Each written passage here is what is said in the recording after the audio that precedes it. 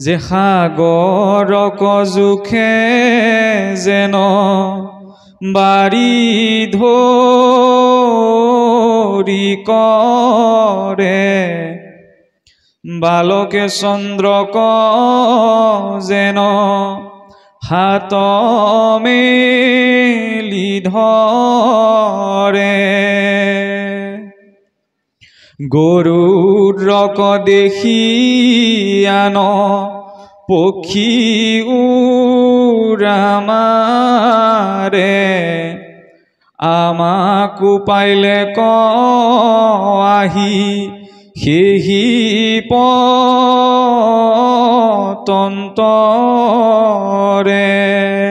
যিদৰে সুবিশাল সাগৰৰ দৈৰ্ঘ্য সামান্য এডাল মাৰিৰে ৰূপায়ণ কৰাটো সম্ভৱ নহয়। সৰু শিশুৱতীয়ে হাতখন মেলি চন্দ্ৰক পাবলৈ বিচাৰিলেও সেই চন্দ্ৰক যিদৰে প্ৰাপ্ত কৰাও অসম্ভৱ। গৰুদ্ৰক দেখি যদি সামান্য মইনা চৰাইটিয়ে উৰিবলৈ বিচাৰে তেতিয়া সেই উৰণো যিদৰে ব্যৰ্থ। তদনুৰূপত নিখিল বেদান্তৰ সৰ্ব বেদান্ত সাৰহি শ্ৰী ভাগৱতম ইষ্যতি সমস্ত বেদান্ত সাৰ। শুনিবলৈ আমি একে শাৰীতে কৈ শেষ কৰি থৈ দিব পাৰোঁ যে ভাগৱত কি সমস্ত বেদান্ত সাৰ। কিন্তু এই ভাগৱতেই চাওক স্বৰূপটো কিমান বিশাল আৰু এই ভাগৱত য'ৰ সাৰ বস্তু হয় তেতিয়াহ'লে সেই বেদান্ত শাস্ত্ৰ সেই বেদৰ জ্ঞান কিমান বিশাল হ'ব। সেই বেদৰ প্ৰত্যক্ষ সাৰ স্বৰূপ জ্ঞানো ভগৱন্তৰ অংশ অৱতাৰ, এলাপেচা ব্যক্তি নহয়। ভগৱন্তৰ অংশ অৱতাৰ ব্যাসদেৱেও 4 বেদ 14 শাস্ত্ৰ 18 পুৰাণ কৰাৰ পাছতহে নাৰদদেৱৰ কৃপাত প্ৰাপ্ত কৰিব পাৰিছিল। গতিকে সেইহেন মহাভাগৱত শাস্ত্ৰৰ ব্যাখ্যা দিয়েতো আমাৰ দৰে মলমতি মনুষ্যৰ পক্ষে সম্ভৱ নহয়। আৰু যদি আমি অকণমান বহাই কওঁ তেতিয়া চাগে ভুল নহ'ব, কাৰণ ভাগৱতৰ ব্যাখ্যা মনুষ্যই কৰা সম্ভৱ নহয়। আমি যিবিলাক অনুষ্ঠান কৰিছোঁ সেইবিলাক আলোচনা, কাৰণ ভাগৱতে আমি সকলোৱে জানো কম বেছি পৰিমাণে পূৰ্বতে ভাগৱত মাত্ৰ 4টি শ্লোকত আছিল। শ্ৰীনাৰায়ণে যেতিয়া ব্ৰহ্মাদেৱক দিছিল ভাগৱতৰ আদি স্বৰূপ, আৰু সেই 4 শ্লোককে ব্ৰহ্মাদেৱে যেতিয়া নাৰদদেৱক দিছিল তমি তৎ বিপুলি কুৰু, যে হে নাৰদ তুমি ইয়াক বিস্তাৰ কৰা। কাৰণ ব্ৰহ্মাদেৱৰ বৌদ্ধিক শক্তি ইমান উচ্চস্তৰীয় আছিল যে 4টি শ্লোকতে তেওঁ সকলো বুজিব পাৰিছিল। কিন্তু পৰৱৰ্তী জীৱসকলৰ বুদ্ধিক স্তৰ ইমান উচ্চস্তৰীয় নহয় যে 4টি শ্লোকতে সমস্ত ভগৱত তত্ত্ব আমি আয়ত্ত কৰি ল'ব পাৰিম। সেইবাবে ব্ৰহ্মাদেৱে নাৰদদেৱক তাক বিস্তাৰ কৰাৰ বাবে প্ৰদান কৰিছিল। আৰু সেই গুৰু পৰম্পৰাতে আহি আমি সকলোৱে জানো যে নাৰায়ণে ব্ৰহ্মাদেৱক, ব্ৰহ্মাদেৱে নাৰদদেৱক, নাৰদদেৱে ব্যাসদেৱক, ব্যাসদেৱে তেওঁৰ শিষ্য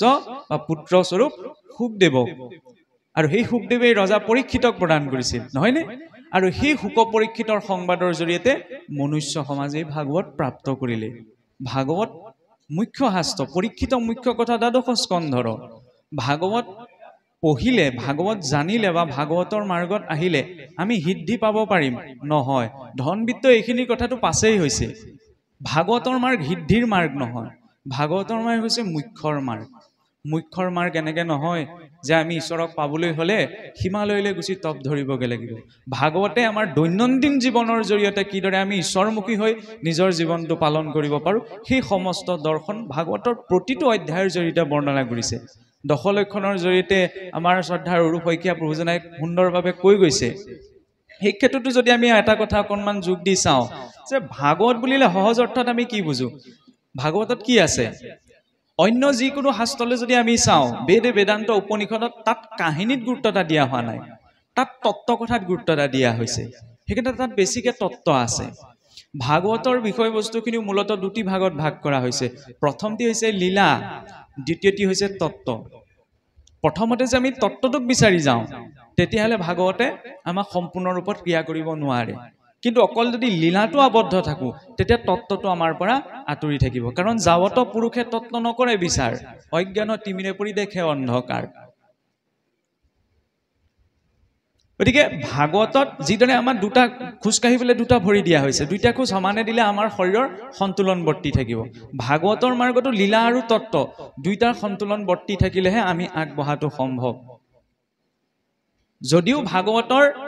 তত্ত্ব কথা আছে, তত্ত্ব কথাই কিন্তু প্ৰাথমিকতা পোৱা নাই। প্ৰাথমিকতা কিহে পাইছে? লীলাই। ভগৱানস্য লীলা কীৰ্তনমিদম ভাগৱতম। ভাগৱত মানে কি ভগৱন্তৰ লীলা কীৰ্তন ভগৱন্তৰ লীলা কীৰ্তন মানে কি ভগৱন্তই কি কৰিছিলে কি নাই কৰা সেইখিনি বৰ্ণনা সেইখিনি জানিলে শুনিলেনো কি লাভ হ'ব সেইটোৱেতো ডাঙৰ কথা আজি ভাৰতবৰ্ষৰ ৰাষ্ট্ৰপতিয়ে ঘৰত কি কি আচৰণ কৰে কোনে জানে বা প্ৰধানমন্ত্ৰীয়ে ঘৰত কি কি কৰে তেওঁৰ সৈতে নিত্য নৈমিত্তিকভাৱে যিজন ব্যক্তি সংস্পৰ্শত আছে বা তেওঁলোকৰ ঘৰৰ ব্যক্তিসকলে ৰজাই ঘৰত কি কৰে সেইখিনি কথা জানে নহয়নে সাধাৰণ প্ৰজাই সেইখিনি কথা নাজানে যে তেওঁলোকে দৈনন্দিন জীৱনত কি কি কৰে কি নকৰে তেওঁৰ সৈতে ক্লোজলি যিসকল জড়িত হৈ আছে তেওঁলোকেহে জানে গতিকে ভাগৱতত কি আছে ভগৱন্তই নিজৰ ঘৰখনত কি কৰে ভগৱন্তই কি কি কৰ্ম কৰে সেই লীলাখিনিৰ বৰ্ণনা সহজ অৰ্থত ইয়াক কোনে জানিব পাৰিব যিজন ভগৱন্তৰ নিজৰ আপোন সেইকাৰণে ভাগৱতৰ মাৰ্গত আহিবলৈ হলে এইটো নহয় যে আমাৰ ভাগৱতৰ মাৰ্গত যিহেতু উদযাপন সমিতিয়ে আমাক এটা কথা জনাইছিলে যে আমাক কোৱা হৈছিলে যে ভাগৱতেনো আমাৰ যুৱ প্ৰজন্মৰ বাবে ভাগৱততনো কি আছে কাৰণ আমি আজিকালি কৈয়ে থাকো যে যুৱ প্ৰজন্ম উশৃংখল হৈছে চাৰিওফালে যত যিমান সমস্যা সৃষ্টি হৈছে যুৱ উশৃংখলতাৰ বাবে হৈছে হয় আমি ধৰি লওঁ যে আমাৰ গাঁৱে ভূঞে থকা সন্ত সংঘৰ বা সৎ লোকৰ ভকতসকলৰ নামঘৰৰ প্ৰভাৱত অন্ততঃ আমাৰ ল'ৰা ছোৱালীয়ে ঘোষা এফাকি হ'লেও গায় কিন্তু যিটো পৰ্যায়ত আমাৰ চৰ্চা হ'ব লাগিছিল সেইটো পৰ্যায়ত আজিও কিন্তু চৰ্চা নাই হোৱা কাৰণ সন্ধ্যা লাগিল মাত্ৰক আমাৰ প্ৰতিঘৰ গৃহতে ধূপ চাকি দিয়াৰ ব্যৱস্থা আজিও নাই সেইটো বৰ কঠিন সত্য আগতে আছিল আগতে আপোনাৰ চাবচোন গাঁৱে ভূঞে এনেকুৱা ককা আইতাও পাইছিলে না আমাৰ ককাহঁতে চাগে পাব পায় যে কীৰ্তনখন তেওঁ সন্মুখত যদি মেলি দিয়া যায় তেতিয়াহ'লে কীৰ্তনখন তেওঁ পঢ়িব নোৱাৰিব পাৰে কিন্তু কীৰ্তনৰ আপোনাৰ আৰম্ভণিৰ পৰা শেষলৈকে প্ৰতিটো কীৰ্তন তেওঁৰ কণ্ঠস্থ আছিল সেইটো কোৱা হয় শ্ৰৱণৰ শক্তি নৱভক্তিৰ ভিতৰত যে শ্ৰৱণক প্ৰথম ৰখা হ'ল কিয় শ্ৰৱণত বহুত ডাঙৰ শক্তি আছে কিতাপ এখন পঢ়ি যদি আমি কিবা এটা কথা আয়ত্ত কৰিব বিচাৰো সেইটো সহজে আমাৰ আয়ত্ত নহয় সেইকাৰণে বুজি নোপোৱা হিন্দী গান এটা ইংৰাজী গান আমাৰ ডেকাসকলে বুজিব নহয় জানো শুনি থাকিলে বুজি নোপোৱা কথাটো মুখেৰে গুণগুণাবলৈ আৰম্ভ কৰে কিন্তু পঢ়ি থকা কথাটো পটককৈ মনত নৰয় সেইকাৰণে ভাগৱতৰ মাৰ্গটো ঋষিসকলে শ্ৰৱণক শ্ৰেষ্ঠতা ৰাখিলে যে প্ৰথমতে শুনিব লাগিব কি শুনিব লাগিব সৎ কথা কাৰণ ভাগৱত দেখিবলৈ এখন বৰ ডাঙৰ গ্ৰন্থ নহয়নে ইয়াত কিমান কথা আছে গোটেই জীৱনটো আমি আলোচনা কৰিলেও বিশ্লেষণ কৰি শেষ কৰিব নোৱাৰো কিন্তু ভাগৱতৰ নৱমত বৰ সুন্দৰ কথা এটি লিখিলে যে মাত্ৰ এটা শাৰীত মহাপুৰুষে ভাগৱতত কি আছে বা ভাগৱতে কি কৈছে সেই সম্পৰ্কে কি কৈ থৈ গ'ল কি সাধু সংগ বিনে নাই সংসাৰ নিস্তাৰ ভাগৱত শাস্ত্ৰে জানা এহি মানে সাৰ ভাগৱত শাস্ত্ৰৰ সাৰ কি সৎসংগ কাৰণ 10টা নীতি নিয়ম যদি এজনক জাপি দিয়ে অহা যিজনো চাগে কাইলৈ নামঘৰলৈ নহা হৈ থাকিব মানুহৰ পৰিস্থিতিটো হৈছে তেনেকুৱা গতিকে তেনেকুৱা এটা পৰিস্থিতিত আমি ঈশ্বৰমুখী হৈ থাকিবলৈ কাৰণ ভাগৱতৰ মাৰ্গলৈ চাওকচোন আমাৰ এতিয়া নামঘৰত একেইজন যুৱ প্ৰজন্মৰ লোক বহি আছে কিন্তু আমি সকলোতো গৃহস্থী মানুহ নিশ্চয় ঘৰখনত হ'লেও দুটা হ'লেও সন্তান আছে ভণ্টিসকল আছে বা আমাৰ দাদা সম্পৰ্কীয় ভাতৃ সম্পৰ্কীয় দুজন বহি আছে তাৰ বাহিৰে নামঘৰত কেইজন আছে বাৰু কিন্তু শুনিবলৈ বেয়া কিন্তু এইটো সত্য মুছলিমসকলে যেতিয়া নামাজ পঢ়িবলৈ যাওঁতে চাবচোন অকণমানিটোৰ পৰা জ্যেষ্ঠজনলৈকে ৰমজান সময়ত বোলে 5টা সময় তেওঁলোকে নামাজ পঢ়ে 5টি সময় গুচি যায় খ্ৰীষ্টানসকলৰ চাবচোন আমাৰ ল'ৰা ছোৱালী কিন্তু নামঘৰলৈ সহজে নাহে সমস্যাহীনখিনিত আৰু সেইটোত আমি কাকো দুখ দিব নোৱাৰো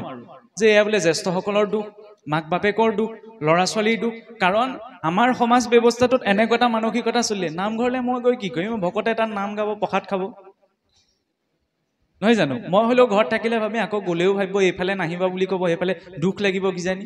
তাতকৈ প্ৰসাদ খোৱা আমাৰ ভোজ এটা পাতক তেতিয়া কিন্তু মানুহ নকমে বেয়া কথা নহয় আমি সেইবাবে ভাগৱত পঢ়িছো ভাগৱত চৰ্চা কৰিছো বহুত শুদ্ধ কথা ভাগৱতেতো ইমান কৈছে কৃষ্ণ বুলি পাকে পকৰে মহাদস্যু এজনেও যদি ভগৱন্তক স্মৰণ কৰিছে যে তেওঁ বোলে মহাপুণ্যৰ বলতহে ভগৱন্তক স্মৰণ কৰিব পাৰিছে কিন্তু সেই কথাটোকে ধৰি পেলাই বহি থাকিলে নহ'ব যে মই বিপদত পৰিম মই ভুল কৰিলে ভগৱন্তৰ নাম উচ্চাৰণ কৰিলে ভগৱন্তই মোক উদ্ধাৰ কৰি লৈ যাব চিনি পালে অকণমান ভয়ত থাকিব লাগে চিনি নাপালে দুখ নাই এখেতক মই চিনি পাই শিৱসাগৰলৈ ওলাই গৈ পেলাই তেখেতক দেখি পেলাইও তেখেতক নমতাকে গুচি গ'লো তেতিয়া তেখেতে মনতে ভাবিবনে ই ল'ৰাজনে মোক চিনি পায়, চিনি পোৱাৰ পাছতো মাত এষাৰ নিদিলে, মনত অকণমান হ'লেও অসন্তুষ্টি ভাৱ এটা থাকিব, কাৰণ চিনি পোৱা ব্যক্তি এজনে যেতিয়া নমতাকে গুচি যায়, নহয়নে? কিন্তু যদি চিনি নাপালোহেঁতেন তেতিয়া তেখেতে সেইটো নাভাবে বা আপুনি সেইটো নাভাবে। এতিয়া ভগৱন্তক আমি অকণমান হ'লেও চিনি পাইছোঁ। নহ'লে চাওকচোন, আজি আমি কৈ থাকোঁ এইটো আধুনিক বিজ্ঞান প্ৰযুক্তিবিদ্যাৰ যুগ, কিন্তু আমি বহুতে এইটো কথা নাজানো যে বিজ্ঞান প্ৰযুক্তিবিদ্যাৰ উদ্ভাৱন কিয় হৈছিল। মাত্ৰ দুটা কাৰণৰ বাবে। প্ৰথম, সময় সংৰক্ষণৰ বাবে। কিয়? যাতে আমি কম সময়ত বেছি কাম কৰিব পাৰোঁ, সেইবাবে যন্ত্ৰ পাতিবিলাকৰ উদ্ভাৱন হ'ল। আৰু যাতে আমাৰ জীৱন প্ৰণালীটো সহজ সৰল হয়। আগৰ দিনত কেনিবা যাবলৈ হ'লে খোজকাঢ়ি গৈছিলোঁ, আজি গাড়ীখনত গুচি গৈছোঁ, জীৱন প্ৰণালী সহজ হ'ল। কিন্তু পথাৰত কাম কৰি থকা খেতিয়কজনৰ পৰা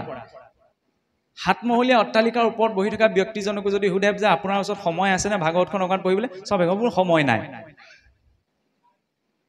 গীতাখন ঘৰতে আছে, পঢ়িবলৈ অকণমান সময় আছে বোলে মোৰ সময় নাই।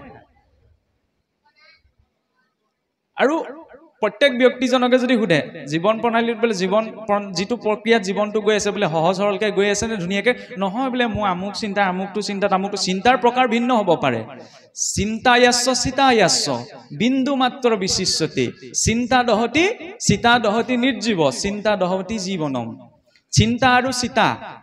দুটাৰ মাজত মাত্ৰ বিন্দু মাত্ৰ পাৰ্থক্য। চাওকচোন, চিন্তা আৰু চিতা, চিতাই বোলে নিৰ্জীৱজনক দহন কৰে আৰু চিন্তাই সজীৱ জীৱনটোক নষ্ট কৰে।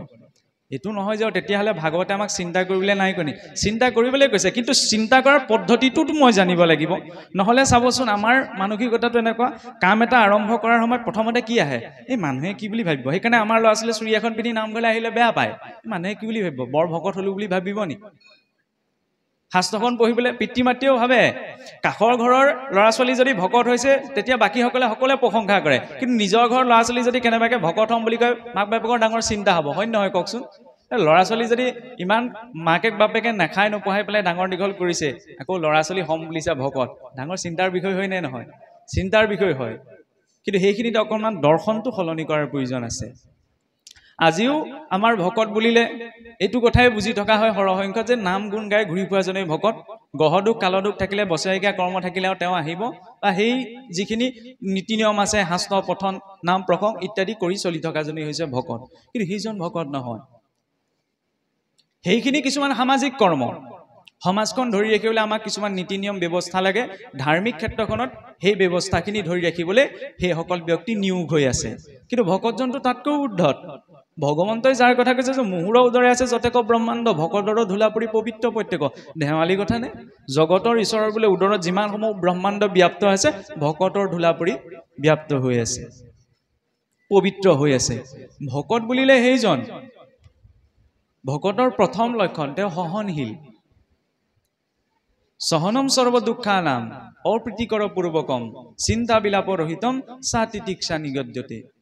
চাওকচোন, এই সংসাৰখন ভাগৱতে কৈছে যে দুঃখালয়ম অশাশ্বতম, এইখন বোলে দুখৰ আলয়, ক'তো সুখ নাই। সুখ আমিহে এইখন সংসাৰত বিচাৰি লৈছোঁ। আমি চাওকচোন, চাবলৈ গ'লে দাদকেও কৈ গৈছে আজিৰ সমাজ পৰিস্থিতিলৈ চালে গোটেই পৃথিৱীখন কিমান সমস্যাৰে জৰ্জৰিত হৈ আছে, নহয়নে? তাৰ মাজতোতো আমি সুখেৰে থাকিবলৈ শিকিছোঁ, তাৰ মাজতোতো আমি আনন্দৰে থাকিবলৈ শিকিছোঁ। কিয়? ইমান এটা দুৰ্ঘোৰ কলিযুগৰ মাজত বাস কৰিও আমি যে এই সুখ বিচৰাৰ ভাৱনাটো ত্যাগ কৰা নাই, আনন্দ বিচৰাৰ ভাৱনাটো ত্যাগ কৰা নাই। কিয়? কাৰণ এই জীৱ কাৰ অংশ? পৰমাত্মা ঈশ্বৰ কৃষ্ণৰ অংশ। অলপ আগত আমাৰ ব্যাখ্যাকাৰক প্ৰভুজনাই বৰ সুন্দৰ শ্লোক এটা কৈছিলে যে সচ্চিদানন্দ ৰূপায় বিশ্বৎপত্যাতি হেতৱে তাপত্ৰয়ো বিনাশায় শ্ৰীকৃষ্ণায় বয়ম নমঃ। এইটো হৈছে ভাগৱত মাহাত্ম্যৰ প্ৰথমটি শ্লোক। ইয়াত ভগৱন্তৰ ৰূপ তিনিটা বুলি কৈছে। ভগৱন্তৰ ৰূপ তিনিটা, কিন্তু স্বৰূপ ভিন্ন ভিন্ন। উদাহৰণস্বৰূপে আপোনাৰ মোৰ ৰূপ এটা, এই যিটো শৰীৰ দেখা হৈছে মাধুৰ্যৰ ৰূপ এইটোৱেই, স্বৰূপ আকৌ ভিন্ন ভিন্ন হ'ব পাৰে। বিদ্যালয়লৈ মই যেতিয়া গৈছোঁ তেতিয়া মই ছাত্ৰ স্বৰূপত গৈছোঁ, আজি নামঘৰলৈ আহিছোঁ মই ভকত বা বৈষ্ণৱ স্বৰূপত আহিছোঁ, নহয়নে? মোৰ মাতৃগৰাকীৰ কাৰণে মই সন্তান ৰূপত, স্বৰূপটো ভিন্ন ভিন্ন, কিন্তু ৰূপ একেটা। কিন্তু ভগৱন্তৰ ৰূপ তিনিটা। সেই ৰূপ তিনিটা কি? সৎ, চিত আৰু আনন্দ। সচ্চিদানন্দ ৰূপায়, তেওঁৱে বিশ্বুৎপত্তি আদি কাৰণে, বিশ্ব আদি অখিল ব্ৰহ্মাণ্ডৰ যিজন উৎপত্তিৰ কাৰণ। সৎ মানে কি যেতিয়া আপুনি মই নাছিলো তেওঁ তেতিয়াও আছিল সেইবাবেতো তেওঁ পুৰাণ পুৰুষ বুলি কোৱা হয় আজি আপুনি মই আছো তেওঁ এতিয়াও আছে আৰু যেতিয়া আপুনি মই নাথাকিম তেওঁ তেতিয়াও থাকিব সেইবাবে তেওঁ সৎ বুলি কোৱা হৈছে সেইটো ভগৱন্তৰ নিত্য স্বৰূপ দ্বিতীয়তে চিত আজিৰ দিনটো পাৰ হ'ল মানে আমাৰ জীৱনৰ পৰা আয়ুষৰ পৰা এটা দিন কমিলে কম ডাঙৰ কথা নে দিন বাগৰি গৈ আছে মানে কলৈ গৈ আছো দিন বাগৰি গৈ আছো মানে সেইকাৰণে ভাগৱতৰ আৰম্ভণিতে ৰজা পৰীক্ষিতে যেতিয়া শুকদেৱক কৈছিল তেতিয়া বোলে শুকদেৱ আপুনি মোক উদ্ধাৰৰ পথটো প্ৰদৰ্শন কৰক সেই বুলি কোৱা নাছিল কি বুলি কৈছিল যে মোৰ দৰে ম্ৰিয়মান লোকসকলে কি কৰিব লাগে সেই বিষয়ে আপুনি মোক কওক ম্ৰিয়মান লোক মানে কি মৃত্যু অভিমুখী লোক এতিয়া সংসাৰখনত আমি যত যিমান মনুষ্য আছো জীৱ আছো সকলো দিন পাৰ হৈ গৈ আছে মানে মৃত্যুৰ অভিমুখে এখোজ আগবাঢ়ি আমি গৈ আছো আমাৰ আয়ুষ কমি গৈছে কিন্তু ঈশ্বৰৰ আয়ুষ নকমে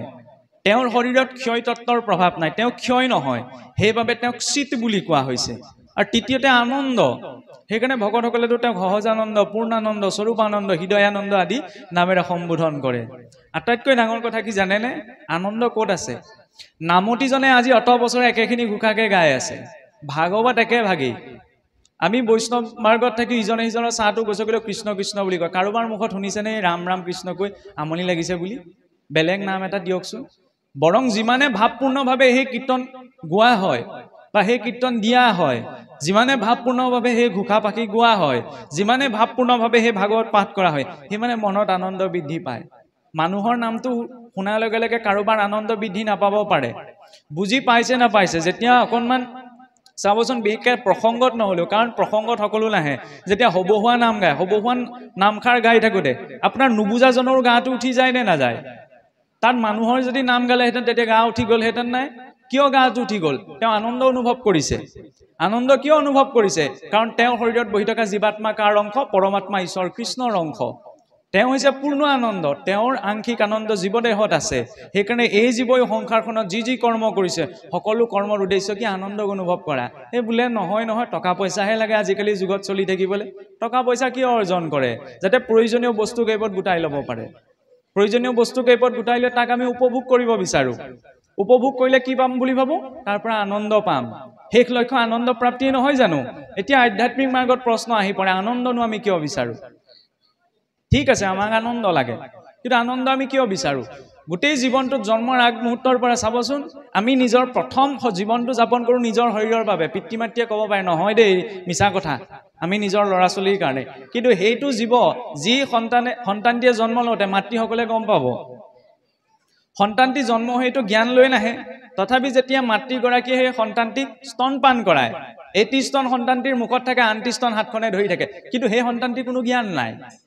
সেইটো জীৱৰ স্বাভাৱিক প্ৰকৃতি প্ৰথম চিন্তা নিজৰ শৰীৰটোৰ আৰু শৰীৰটোৰ কাৰণে চিন্তা কৰাটো বহুত ভাল কথা আমি এইটো বিপৰীতকৈ লৈ থাকোঁ যে ভাগৱতৰ মাৰ্গত আহিলে শৰীৰটোৰ কথা বৰ বিশেষ চিন্তা কৰিব লাগে নহয় ভাগৱতৰ মাৰ্গত প্ৰথম চিন্তা শৰীৰটোৰহে কাৰণ এইটো হৈছে মাধ্যমটো ফুটা নাৱে যিদৰে নৈখন পাৰ হ'ব নোৱাৰি ঠিক তেনেদৰে এইটোত যদি খেলি মেলি থাকে এইটো লৈ পেলাই আমি ভৱসাগৰো তৰিব নোৱাৰোঁ এই ভৌতিক সাগৰখনো পাৰ কৰিব নোৱাৰোঁ কাৰণ এইটো পোনপ্ৰথমতেতো আমি পোৱা নাই পৃথিৱীখনত বোলে 84 লক্ষ জুনি আছে স্থাবৰং বিঞ্চতে লক্ষ্যম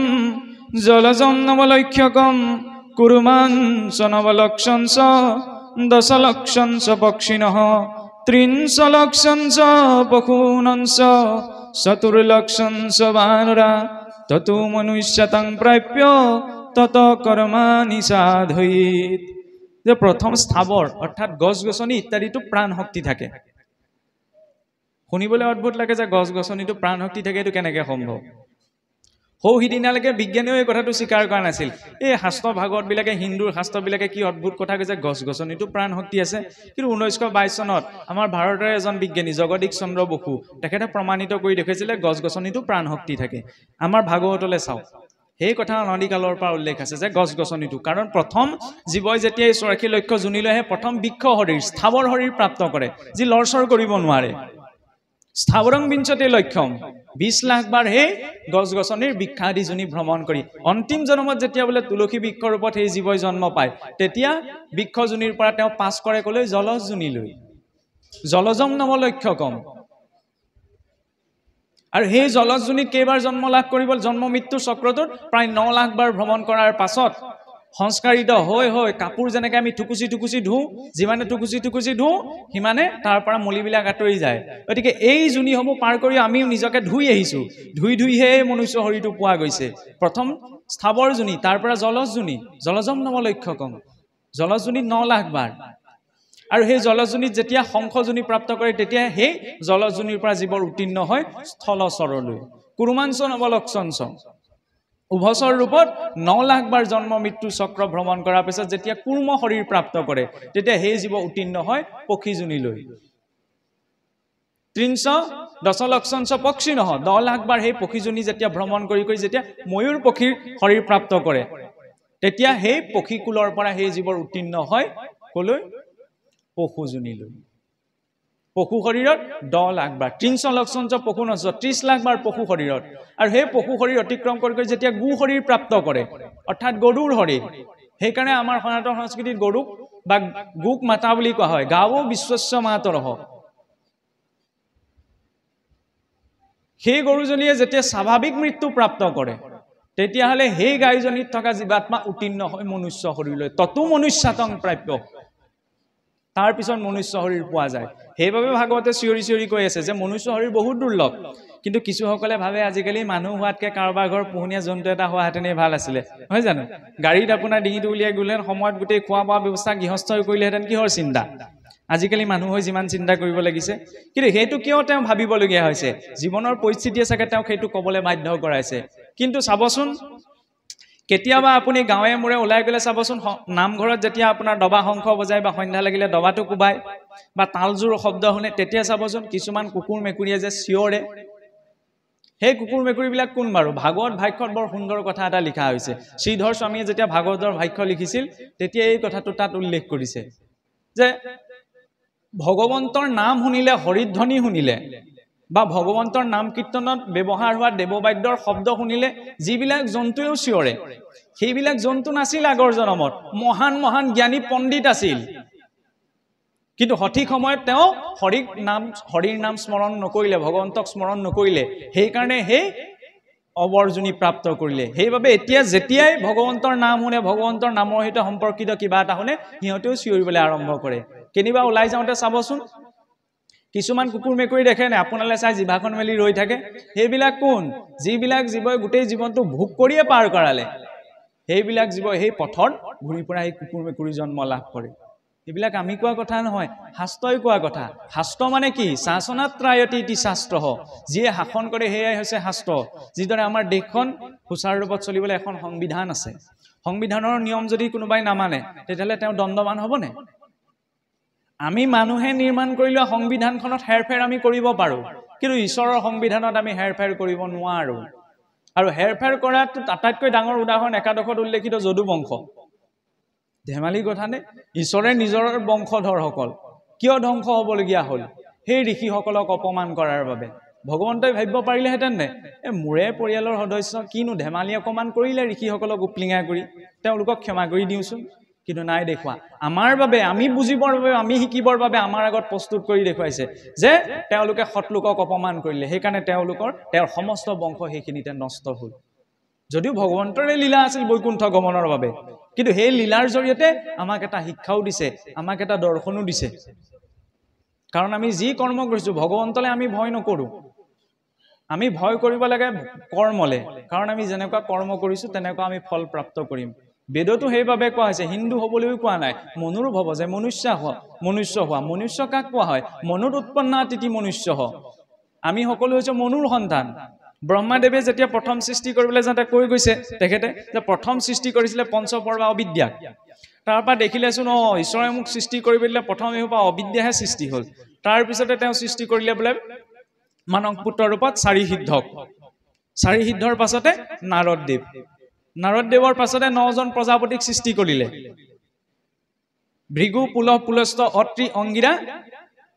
কে প্ৰমুখ্য কৰি ক্ৰতু ইত্যাদি 9জন প্ৰজাপতি সেই 9জন প্ৰজাপতিৰ সৃষ্টি কৰাৰ পাছতো ব্ৰহ্মাদেৱে দেখিলে যে সৃষ্টি নাবাহেচোন তেতিয়া তেওঁ মনলৈ এইটো আহিলে যে মই পুৰুষ তত্ত্বহে সৃষ্টি কৰিলো স্ত্ৰী তত্ত্বটো মোৰ সংসাৰত স্থান দিয়েই নাই পুৰুষ আৰু স্ত্ৰী যেতিয়ালৈকে এক নহয় তেতিয়ালৈকেতো সংসাৰ বৃদ্ধি সম্ভৱ নহয় তেতিয়া বোলে ব্ৰহ্মাদেৱে নিজৰ আত্মযোগৰ শক্তিৰে নিজৰ শৰীৰটোক দুটাৰ ৰূপত ভাগ কৰিলে প্ৰথম অংশইদি সু অংশইদি সেইকাৰণে চাবচোন আমি শিৱক অৰ্ধনাৰীশ্বৰ বুলি যে কওঁ যে শিৱৰ বোলে আধা অংগ পুৰুষৰ আধা অংগ বোলে নাৰীৰ বা স্ত্ৰীৰ সেইকাৰণে শিৱ বোলে অৰ্ধনাৰীশ্বৰ তাৰ লগতেতো আমি এইটোও কওঁ যে যত জীৱ তত শিৱ শিৱ আৰু শৱ দুটাৰ মাজত পাৰ্থক্যটো কি আছে বাৰু হস্ৰইকাৰডাল নহয়নে আমি যাৰ পৰিচয় দি আছো এইটো হৈছে শৱ এই শৰীৰটো হৈছে শৱ নহয় জানো আমি আত্মাৰটো পৰিচয় দিয়া নাই কিন্তু আত্মা ইয়াত বিদ্যমান হৈ আছে কাৰণে শৰীৰটো চৈতন্য হৈ আছে এই জীৱতত্বৰ দেহত থকা জীৱতত্বই যিদিনা সেই চৈতন্য তত্ত্বক জানিব পাৰিব তেতিয়া এই জীৱগুচি শিৱ হ'ব সেই হস্ৰইকাৰডালে চৈতন্য শক্তিক বুজাইছে আৰু সেই শিৱ হৈছে অৰ্ধনাৰীশ্বৰ কিদৰে বোলে অৰ্ধ অংগ পুৰুষৰ অৰ্ধ অংগ নাৰী কেনেকৈ সম্ভৱ যেতিয়া মাতৃগৰ্ভত জীৱদেহ সৃষ্টি হয় 23ডাল ক্ৰমোজম আহে পিতৃৰ পৰা 23ডাল ক্ৰমোজম আহে মাতৃৰ পৰা তেনেদৰে 46ডাল ক্ৰমোজম লগ লাগি জীৱদেহটোৰ বংশগতিটো সৃষ্টি হয় গতিকে পুৰুষ তত্ত্ব আমি লিংগদেহ ভিত্তিকহে এইটো পুৰুষৰ শৰীৰ পোৱা গৈছে কিন্তু প্ৰকৃততে এই সমস্ত প্ৰকৃতিৰ পৰা উৎপন্ন হোৱা বাবে সকলো প্ৰকৃতি উৎপন্ন হোৱা বাবে সেইবাবে চাওচোন আমাৰ বৈষ্ণৱসকলে ভগৱন্তৰ দেৱকৰ্ম কৰিবলৈ যাওঁতে নৈবেদ্যৰ ঠগীখন সজাবলৈ যাওঁতে মূৰত উৰণিখন লৈ লয় কিয় উৰণিখনে প্ৰকৃতি স্বৰূপা হোৱাক বুজায় ইমান সূক্ষ্ম দৰ্শন আছে বৈষ্ণৱ দৰ্শনত একমাত্ৰ পুৰুষ এজনকহে জ্ঞান কৰা হয় সেইজন হৈছে ঈশ্বৰ কৃষ্ণ আৰু তেওঁক ভজিবলৈ হ'লে আমি তেওঁৰ দাস্য ভাৱত প্ৰকৃতি স্বৰূপা হৈ ভজিব লাগিব সেই দৰ্শনটো আমাৰ আছে আৰু তেতিয়া পুৰুষ অংশৰ পৰা প্ৰথম সৃষ্টি কৰিলে স্বয়ম্ভুৱ মনুক সেই স্বয়ম্ভুৱ মনু হৈছে মনুষ্যৰ আদি পিতা আৰু স্বয়ম্ভুৱ মনুৰ লগতে দেৱী শতৰূপা এইখিনি কথা আমাৰ ল'ৰা ছোৱালীয়ে জানেনে ৰোমিঅ জুলিয়েটৰ নাম আমাৰ ল'ৰা ছোৱালীয়ে শুনিব পাৰে কিন্তু স্বয়ম্ভুৱ মনুৰ কথা শুনা নাই এইবিলাক বহুত দুৰ্ভাগ্যৰ কথা কোন অভিনেতাই ক'ত গৈ কি কৰিছে সেইবিলাক আমাৰ নিউজ চেনেলবিলাকত একদম ৰঙা আখৰে দেখুওৱা হয় নহয়নে কোনে কাক বিয়া পাতিলে কলৈ ফুৰিবলৈ গৈছে আনকি আমি নিজৰ